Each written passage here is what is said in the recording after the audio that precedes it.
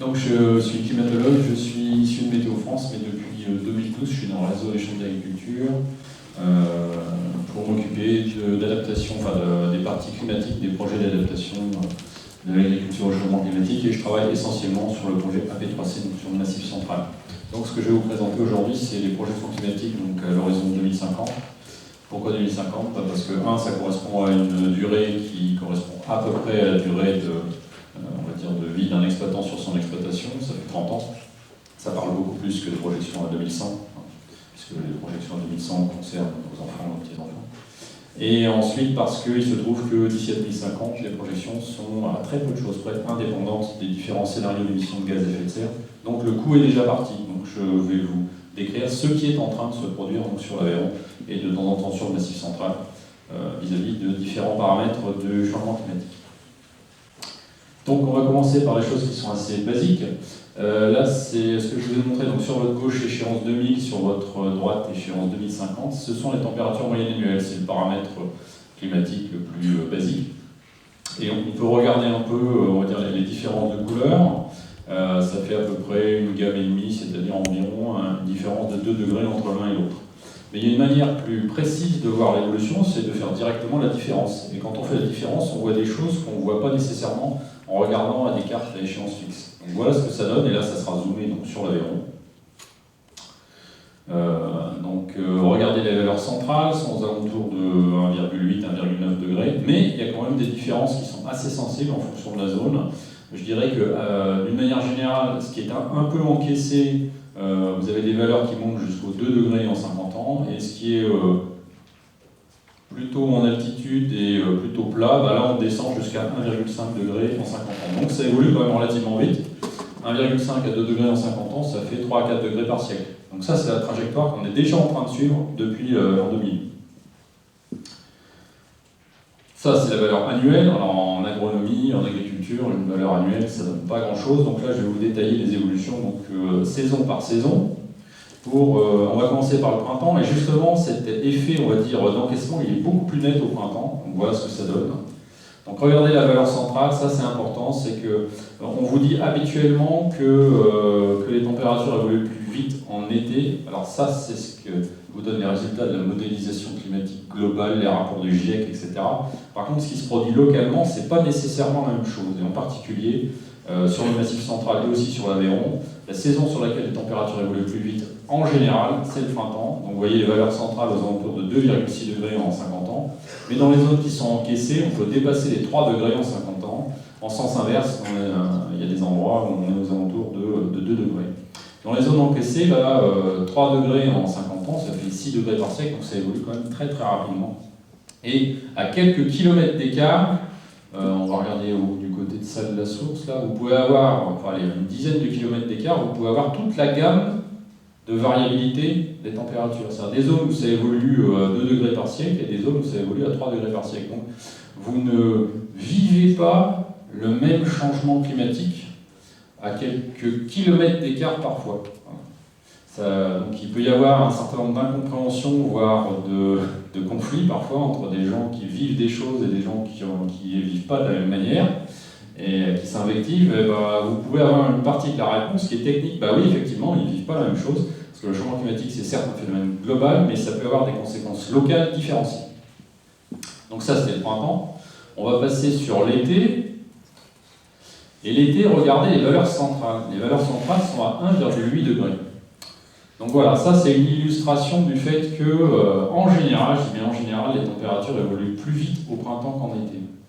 Donc, mais là, les contrastes sont extrêmement importants. Alors sur l'Aveyron, on n'a pas de zone blanche, c'est-à-dire des zones où les évolutions sont inférieures à 1 degré par siècle, voire sur le nord de la Lozère ou l'est du Cantal, des non-évolutions de température en été, et c'est pas une plaisanterie, mais sur l'Aveyron, c'est pas le cas. Par contre, en général, c'est contenu en dessous de 2 degrés, ce qui fait que c'est inférieur à ce qui se passe en été, au printemps. Pas partout, les zones qui sont rouges, oui, vous pouvez avoir quelques zones où vous retrouvez l'évolution qu'on vous décrit habituellement, c'est-à-dire que les températures évoluent plus vite en été. Et on verra la cause de cette différence, on va dire, entre les évolutions de température au printemps et en été par l'intermédiaire de l'évolution des précipitations, parce qu'il y a une corrélation entre les deux. Donc ça, c'est l'été. On passe à l'automne. Alors l'automne, regardez les valeurs centrales, 1 degré, et regardez en 50 ans, et regardez l'étagement des valeurs, c'est quand même très limité, entre 0,8 et 1,3. Donc voilà, en automne, vous avez une évolution, enfin une hausse modérée des températures et relativement uniforme sur le département. C'est la saison sur laquelle il se passe le moins de choses. Enfin, ça évolue le moins, on va dire, en termes de climat. La dernière saison, c'est donc l'hiver. Là, je vous ai mis les deux cartes 2000 et 2050. Ce qu'on peut voir donc, sur les températures, c'est la décoloration. Une décoloration qui est très forte. Grosso modo, ça correspond à 2 degrés d'écart en moyenne et parfois 3 degrés en 50 ans. Ça, c'est vraisemblablement lié à des effets d'entraînement sur la désagrégation de la couche neigeuse. Donc, quand on discute avec les gens qui exploitent les stations de ski, on peut avoir des différents ou des arguments parce que, vraisemblablement, le fait que l'hiver, on ait des températures qui évoluent très vite à la hausse, c'est le fait que, de manière naturelle, la couche neigeuse hivernale en moyenne, c'est en train de se désagréger. Ce qui ne veut pas dire que vous n'avez jamais de neige. Vous pouvez avoir des précipitations neigeuses qui créent des problèmes de circulation, etc. Par contre, le fait qu'elles se maintiennent au sol, ça, c'est en train de diminuer assez fortement dans le cadre du changement climatique. Après, il faut voir si ça n'a pas des conséquences agricoles aussi. Le fait que vous ayez beaucoup moins de neige, parce que la neige, ça permet de protéger le sol des gels intenses, etc. Donc ça, c'était pour les températures. Maintenant, je vais passer pour les précipitations. Passer aux précipitations. Donc tout d'abord, avec une évolution donc, sur l'ensemble du massif central du cumul annuel de précipitations. En gros, ce qui est vert, ça augmente, ce qui est marron, ça diminue.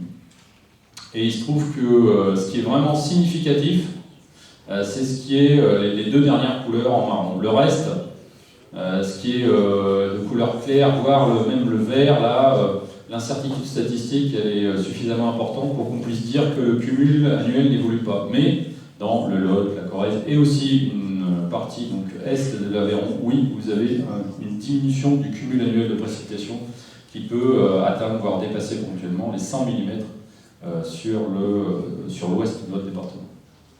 Donc vous êtes en partie dans une zone qui est sensible à cette diminution de cumul annuel de précipitations. Qu'est-ce que ça donne donc maintenant sur l'Aveyron? Donc c'est toujours le cumul annuel de précipitations. Donc là c'est 2000 et 2050.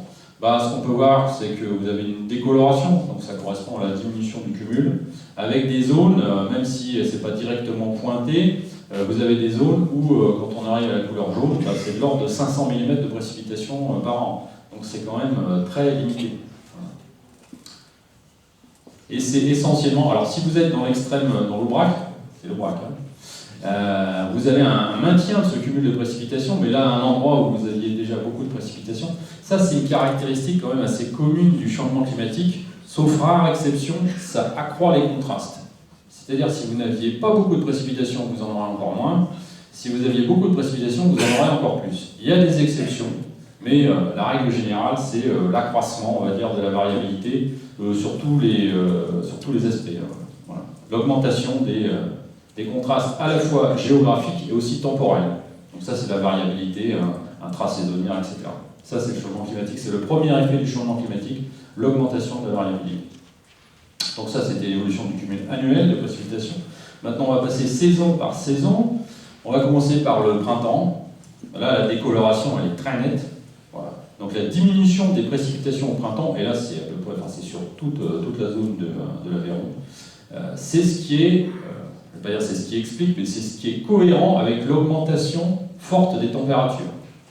Pourquoi? Parce que l'air qu'on a ici est d'autant plus facilement réchauffable ou refroidissable, et là on va prendre l'aspect réchauffable, qu'il est sec.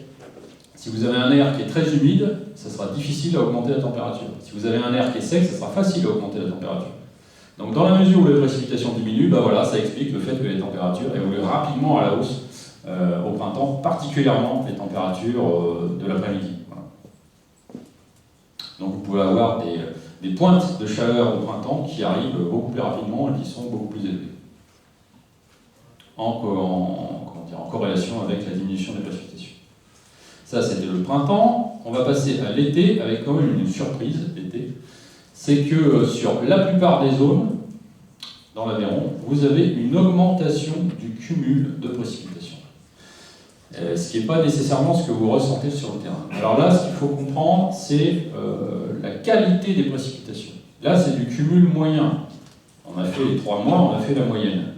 Par contre, ce qui est vraisemblable, c'est que ce maintien, voire cette augmentation des précipitations, ça se fait par l'intermédiaire d'une concentration, à la fois dans l'espace et dans le temps. C'est-à-dire qu'à l'avenir, vous aurez de plus en plus d'averses qui seront d'intensité importante. Et même si vous avez un maintien ou une augmentation du cumul, et ben le temps entre deux précipitations, lui, il va augmenter. Donc voilà, les cartes sont explicatives, mais ça a des limites. Là, c'est le cumul annuel. Là, c'est le cumul de l'été des précipitations, mais vous avez des phénomènes qui peuvent, on va dire, moduler l'intérêt que peut avoir une augmentation des précipitations en été. Toute la question, et là je laisserai les collègues intervenir, c'est comment est-ce qu'on valorise les précipitations estivales qui deviennent de plus en plus concentrées dans l'espace et dans le temps. Est-ce que c'est possible, etc. Donc moi je m'arrêterai, je suis climatologue. Donc ça c'était pour l'été. Mais vous pouvez quand même voir qu'en limite sud du Massif central, voilà on y est déjà un peu, mais en limite sud du Massif central, le Tarn, l'Hérault, le Gard, etc. Là, vous êtes au bord de zones qui voient une diminution des précipitations estivales que vous combinez avec la concentration des précipitations, donc c'est un peu rassurant d'une certaine manière pour l'Aveyron, c'est qu'il y en a d'autres qui ont plus de difficultés un peu plus au sud. Voilà. Donc l'automne. L'automne, comme pour les températures, c'est la saison où il ne se passe pas grand-chose. Vous voyez la couleur à gauche en 2000 et la couleur à droite en 2050, c'est à peu près les mêmes, quoi. Bon, alors si on chipote un peu, on peut voir que sur l'extrême sud-est, ça doit être la zone Cédol, ça. Effectivement, il y a une augmentation des précipitations. Alors c'est pas la zone où ça augmente le plus, hein, du côté de la Lozère, c'est beaucoup plus sévère. Là pareil, c'était un endroit où il y avait déjà pas mal de précipitations. Le fait qu'il y en ait plus sur l'automne dans cet endroit-là, c'est pas nécessairement une bonne nouvelle. Mais retenez qu'en général, il y a un maintien donc, du cumul de précipitations en automne, ce qui est plutôt une bonne chose. Avec l'augmentation pas trop élevée des températures, vraisemblablement vous aboutissez à une augmentation de la production. Je laisserai aussi les collègues s'exprimer là-dessus. L'hiver, enfin, ça c'est la deuxième surprise, combinée à celle de l'été, c'est une diminution des précipitations hivernales sur la plupart des zones de votre département. Ça peut impacter, on va dire, tout ce qui est reconstitution des ressources, qu'elles soient naturelles, nappes ou artificielles si vous en avez. Voilà comment c'est en train d'évoluer, c'est-à-dire la diminution des précipitations. Alors ça, parce que jusqu'à présent, je vous ai montré exclusivement des indicateurs purement climatiques. Là, je vais continuer avec quelques indicateurs climatiques toujours, mais qui sont un peu plus adaptés donc, au fourrage. Ça, c'est la dernière gelée de printemps. Ça peut impacter le démarrage donc, de la pousse. Les couleurs, là, en général, je dis bien en général, c'est plutôt une décoloration, c'est-à-dire qu'on arrive vers le vert pâle ou le jaune, c'est-à-dire quelque chose qui est plus précoce. Donc la dernière gelée de printemps, effectivement, en général, elle est plutôt plus précoce parce que vous avez une augmentation des températures. Mais pas partout. Vous avez des zones où ça se maintient, où à la limite, ça pourrait même se dégrader un tout petit peu.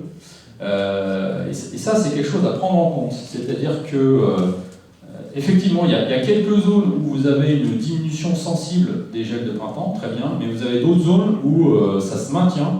Et ça, c'est très perturbant. Pourquoi? Parce que dans le même temps, vous avez une augmentation des températures moyennes au printemps.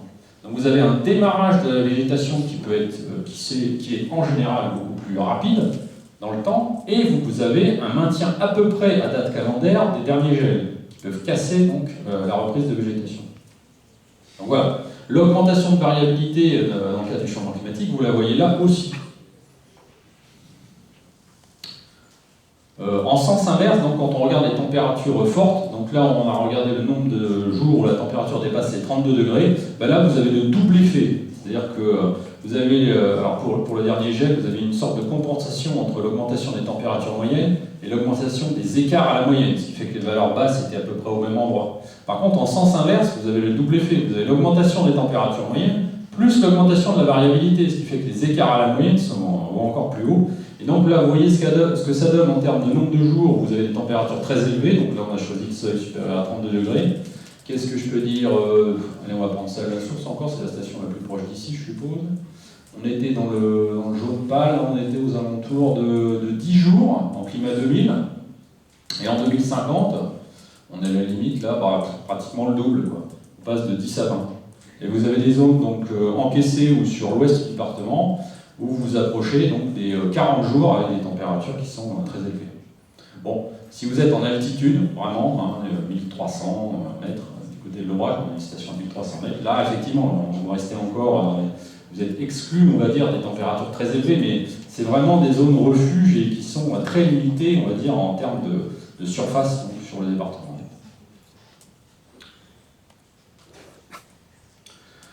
Indicateur donc, supplémentaire, donc là c'est la mise à l'herbe en numéro du jour de l'année. Si on compte juste les jours entre 1 et 365, ça permet simplement de faire des différences de date qui sont plus faciles, hein, c'est juste pour ça. Mais on peut traduire après en date. Mais là c'est une évolution, donc c'est en nombre de jours. Et ce qu'on peut voir, c'est que donc entre 2000 et 2050, vous avez les zones plutôt de basse altitude où ça évolue peu, voilà, de presque 0 jusque on va dire 7-8 jours, voilà, ça se précocifie. Par contre, au plus on monte en altitude, au plus c'est rapide. Le sud-est, là, on est aux alentours d'une vingtaine de jours, et quand on est vraiment sur les sommets, ça peut atteindre pratiquement un mois. Quoi. Voilà. Donc le redémarrage, voilà, c'est la mise à l'herbe, c'est quand on atteint de mémoire 250 degrés jour, c'est ça ouais. Il y a des spécialistes. Donc le fait qu'on puisse donc mettre les troupeaux donc, à l'herbe avec cet indicateur-là, vous avez une diminution des écarts entre l'altitude et la plaine. Voilà. Alors pour ceux qui auraient des exploitations étagées, ça vous concentre les travaux. Quoi. La différence elle devient, sur cet aspect des choses, la différence, elle est en train l'évolution est beaucoup plus sensible en altitude complète. Parce que la période de végétation devient plus importante. Alors là, je vous ai pointé celle de la source. Pourquoi? Parce qu'en plus de faire des cartes, on a aussi donc, des indicateurs, on peut le faire de manière chronologique, ponctuelle, donc sur ce point-là, comment ça va évoluer, voilà ce que ça donne. Donc là, ce que vous avez donc, en vertical, ce sont les dates, en horizontal, ce sont les années, de 1980 donc, jusqu'à 2050, et on retrouve donc une diminution donc, sur celle de la source qui est de l'ordre de 10 jours, entre donc, 1980 où on était en moyenne aux alentours du 20 mars, selon cet indicateur, et en 2050 où on sera en général aux alentours du 10 mars. Alors ça peut vous paraître pas spectaculaire étant donné la variabilité interannuelle, mais quand même ça veut dire que votre système dérive progressivement à l'intérieur de cette variabilité vers de plus en plus de précocité. Le dernier indicateur, je crois que j'ai calculé, là c'est la satisfaction hydrique, c'est le rapport entre le cumul de précipitations et l'évapotranspiration potentielle, qui cette saison-là est plutôt l'évapotranspiration raide pour l'herbe. Fin d'écrimage, ça doit être 500 degrés jour, et en silage, ça doit être 750 degrés jour, enfin voilà comment on l'a calculé. Donc, sachant qu'on peut considérer qu'on a des problèmes, c'est-à-dire du stress hydrique, à partir du orange, là, parce que jusqu'au jaune, c'est-à-dire un faible déficit, on peut penser que ce sera compensé avec l'eau dans le sol. Voilà. Tant qu'on est supérieur à 1, ça veut dire qu'il y a plus de précipitations que les besoins de la plante. Quand on est inférieur à 1, ça veut dire qu'on va puiser dans le sol, et quand on est franchement inférieur à 1, ça veut dire que sur sol superficiel en particulier, la plante elle stresse, donc elle produit moins. Donc ça c'est relatif à l'herbe. Donc on va regarder simplement les trois couleurs les plus rouges, si vous voulez, et en termes de surface, aux alentours des années 2000, elle est au maximum un quart du département qui avait des problèmes, on va dire, à l'ensilage. L'ensilage, c'est quand même une coupe très précoce. Hein. Donc autrefois, dans la plupart des zones, on ne se posait pas la question de la production sur des coupes précoces. A priori, presque toutes les années, ça fonctionnait. Quoi. Et, à l'avenir, regardez les trois couleurs les plus sombres, c'est sur plus des trois quarts des départements, je sais pas, peut-être 90% du département, oui, vous aurez des années assez souvent où vous aurez un déficit de production sur cette fauche qui est pourtant précoce. Et donc on peut avoir la même chose que ce que je vous ai présenté précédemment, c'est-à-dire si on fait le pointage sur celle de la source, on va regarder la courbe là, la courbe centrale, bah, on était, oui, supérieur à 1 dans les années 80, on est passé à 0,90 donc maintenant, et puis on arrive à 0,80, c'est-à-dire 20% de déficit d'ici à 2050. Donc oui, on va se rapprocher donc, des périodes où vous avez des difficultés, sachant que, regardez la dispersion interannuelle, c'est-à-dire que si vous vous souvenez simplement des quelques années précédentes, bah, c'est pas du climat en gros, quoi. C'est-à-dire que vous étiez dans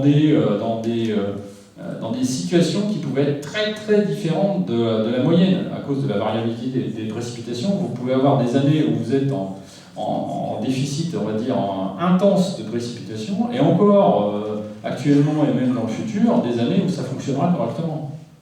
Mais tendanciellement, vous allez avoir votre système qui va aller vers plus de stress hydrique, donc y compris pour les périodes d'ensilage. Donc moi je m'en arrête là, et si j'ai bien compris, on va prendre des questions, mais les questions climatiques que vous avez. Pour les questions agronomiques, etc., on attendra les présentations de Benoît et de Sandra. S'il y a des questions, c'est bon. Il risque d'y avoir du stress au moment de l'ensilage, des périodes d'ensilage, mais est-ce qu'on ne va pas avancer les périodes d'ensilage? Alors ça, c'est intégré, puisqu'on fonctionne sur des sommes de température. Effectivement, on n'a pas donné la date correspondant à la somme de température 750 degrés, mais étant donné l'augmentation rapide de la température, donc effectivement, ça sera plus précocément. Mais l'indicateur que je vous ai montré tient compte de cette précocification. Sachant que si vous le faites à période constante, là effectivement la dégradation sera plus forte. C'est-à-dire que la dégradation n'est pas trop forte pour les fauches précoces grâce au fait qu'elles sont plus précoces. Et à l'autre bout, à l'automne, est-ce qu'il y aura une pratique de récolte on peut modifier aussi Là, je laisserai les collègues répondre.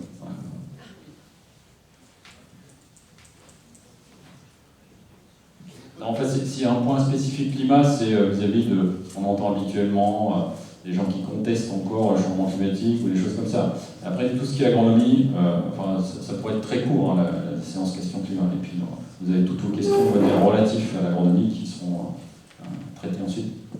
Au niveau des précipitations, est-ce que les lacs et les montagnes ont un petit peu plus d'eau, les orages, tout ça, vu la physionomie de la carte? Alors oui, effectivement, l'augmentation des précipitations spécifiques au Massif central et même plutôt aux 2/3 nord du Massif central, c'est la combinaison de l'augmentation des températures et du fait qu'il y a encore des reliefs et que l'air n'est pas trop sec. Parce que quand on est complètement au sud, sur la montagne noire, là, vous avez beau avoir des températures supplémentaires et du relief, parce que ça monte quand même, les précipitations ne sont pas plus importantes. L'augmentation de température le long des pentes, ça fait que vous avez des mouvements ascendants qui sont plus forts, et tant que l'air n'est pas trop sec, le fait d'avoir un mouvement ascendant plus fort, ça permet de former plus facilement des nuages, donc des précipitations. Voilà. Donc pour les premières dizaines d'années à venir, une grande partie de votre département bénéficiera de cet effet l'été, et donc donnera donc des précipitations sous forme d'averses orageuses supplémentaires. Après, quand vous avez des intensités fortes, c'est pas tout bon, hein, parce que vous avez de l'érosion, des choses comme ça, mais au moins vous avez de l'eau. Est-ce que vous arrivez à expliquer pourquoi à l'automne, pourquoi il y a moins de problèmes en automne? Alors, si la question se pose à moi personnellement, la réponse est non dans le cadre du projet AP3C. Pourquoi? Parce que nous, on s'est focalisé sur la description de ce qui est en train de se produire.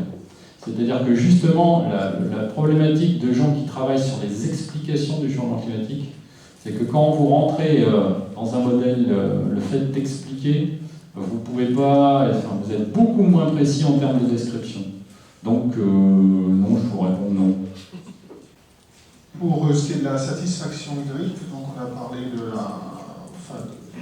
printemps, qu'en est-il de l'été?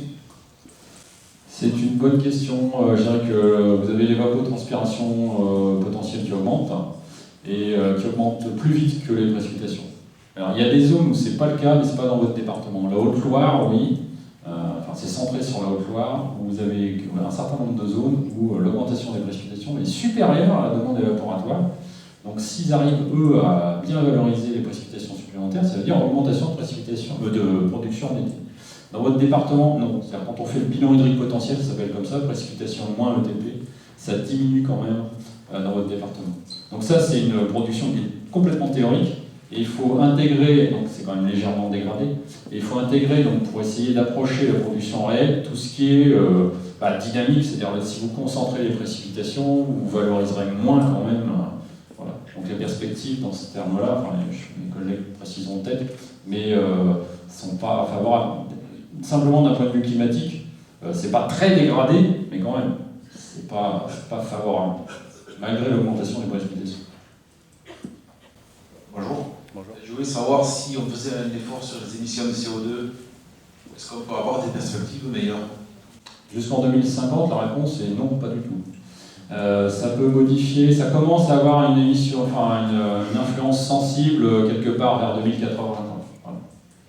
Voilà. En fait, le principal gaz à effet de serre, qui est le CO2, il a un cycle atmosphérique qui est de l'ordre de 300 à 500 ans. Donc vous voyez que sur un machin qui a une durée de vie de 300 à 500 ans, déjà arriver à bouger au bout de 50 ans, c'est pas facile. Hein. Voilà. C'est la réponse. En fait, ce qu'on va connaître jusqu'en 2050, c'est à très peu de choses près la conséquence des émissions qui ont été faites jusque maintenant. Merci pour votre intervention. Juste une question au niveau des décalages géographiques des épisodes de Cévenol. Est-ce qu'on peut envisager une montée géographique des épisodes? Alors, oui et non. C'est-à-dire que si vous voulez... non, pourquoi? Parce que c'est lié au relief. Et les reliefs, sauf à attendre un certain nombre de millions d'années, ils ne bougeront pas. Voilà. Donc après, il y a une légère diffusion supplémentaire parce que les phénomènes sont plus forts, mais ça ne sera pas très, très significatif, quoi. Les gens qui craindraient que ça prenne, je sais pas quoi, un tiers du département au lieu d'un cinquième, non, il y aura une très légère diffusion. Voilà. Non, c'est toujours, on va dire, fortement lié au relief, et il n'y a pas de seuil au-delà duquel ça dépasserait systématiquement, non. J'aurais une petite question sur les simulations. Comment ça a été fait? Est-ce qu'il y a un degré de certitude par rapport à tout ça? Parce que si on écoute un petit peu tout, on parle du ralentissement du Gulf Stream et qu'il y a des choses imprévisibles. Est-ce que là, tout a été pris en compte? Est-ce qu'il y a un indice de probabilité? Alors oui, sachant que toutes les cartes, il y a une incertitude statistique associée. Alors sur le site du projet AP3C, donc vous tapez SIDAM, SIDAM, AP3C, vous tomberez donc sur le site général du projet et vous tomberez sur 150 cartes, et systématiquement pour chaque carte vous avez l'incertitude associée et la manière dont on peut utiliser. Typiquement là, sur cette carte là, on voit que là il y a du bruit un peu qui est localisé, et là on voit qu'il y a des vagues nord-sud qui sont un peu du moiré. Ok, donc ça vous a expliqué dans ce truc là. Je pense que la diminution du Gulf Stream, on regarde bien entendu les évolutions, les progrès qui sont faits dans la modélisation physique globale, et ce qu'on peut déduire, c'est que, hélas, les trajectoires qui vous sont décrites là, c'est le minimum vraisemblable de l'évolution vers le futur. Là-dessus, on peut en être certain, si vous voulez. La probabilité que ça soit plus faible est extrêmement faible. Ça ne peut pas être beaucoup plus élevé. Pourquoi? À cause de l'inertie de la machine climatique. Mais oui, ça pourrait être un peu plus élevé. Par contre, on s'engage, on va dire, professionnellement, formellement, enfin en tout cas moi, sur le fait que ce qui vous est présenté, c'est le minimum vraisemblable.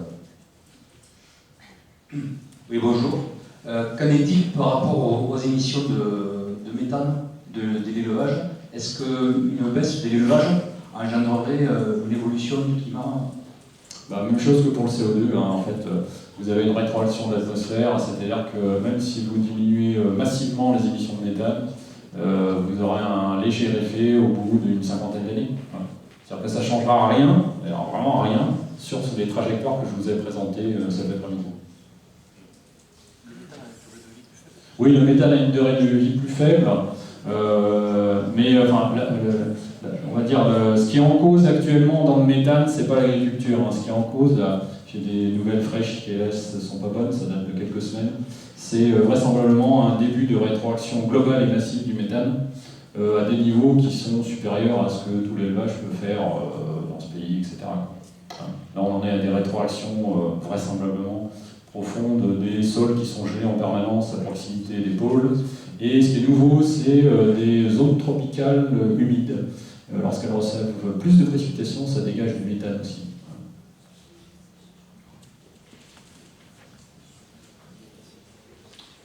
On va peut-être passer à l'agronomie. Moi j'avais une question. J'avais une question sur la notion d'aléa. Parce que tu as présenté des courbes, mais souvent, enfin, les éleveurs nous posent souvent la question de la fréquence et de l'aléa. Est-ce que, par rapport à certains indicateurs, est-ce que tu peux nous dire comment on peut essayer de l'approcher dans le cadre du projet AP3C? Eh ben, un peu sur ce genre de graphique, hein, c'est-à-dire que, comment dire, il y a des indicateurs sur lesquels on ne voit pas les augmentations d'aléas. Celui-là, enfin, on ne voit pas l'augmentation d'aléas. Mais d'une manière générale, le changement climatique augmente la variabilité, c'est-à-dire les aléas par rapport à une normale, une valeur centrale. Et ben, les aléas, ils sont là. C'est-à-dire que là, même si ce n'est pas un handicap typiquement, la date de mise à l'herbe, c'est une variabilité qui va rester forte à l'avenir. Alors pourquoi ça se contracte un peu? C'est simplement parce qu'on se rapproche du 1er février, donc de manière relative, en fait, en nombre de jours, en fait, la variabilité elle est aussi forte, voire plus forte à l'avenir. Mais comme on est plus proche de l'origine, bah, voilà, on peut pas aller plus élevé, quoi, puisque c'est une somme de température. Mais oui, d'une manière générale, alors par exemple, pour les températures les températures élevées, c'est ça l'été, par exemple? Bah, ce que j'ai expliqué, c'est-à-dire que vous avez le double effet de l'augmentation des valeurs centrales et de l'augmentation des écarts à ces valeurs centrales. Donc voilà, vous faites la somme des deux, et quand vous regardez les points qui sont extrêmes, bah, la pente elle est plus forte que la pente sur une moyenne. Selon le paramètre climatique, entre 1,5 et 2 fois plus pentu. Donc lorsque vous avez au printemps des évolutions de température moyenne qui sont de l'ordre de 2,5 degrés en 50 ans, sur les extrêmes, ça peut atteindre 5 degrés en 50 ans.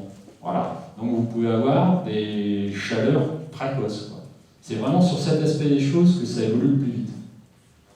Le fait que, et d'ailleurs, enfin, je ne devrais pas sourire, mais pour un climatologue, il y a des choses qui sont un peu étranges, c'est que vous avez des phénomènes qui étaient quasiment impossibles dans le passé, et qui sont en train de devenir possibles, et heureusement avec une probabilité faible, c'est la probabilité d'avoir du gel après une période échaudante. Bah, ça devient possible, ça. Je ne vous dis pas que ça va devenir courant, mais allez, d'ici à 2050, une année sur 10 ou une année sur 20, oui, peut-être vous allez connaître un stress hydrique dû à la température élevée, suivi d'une petite période de gel, quoi, tardive. Voilà. Ça, c'est l'augmentation de variabilité, c'est une illustration.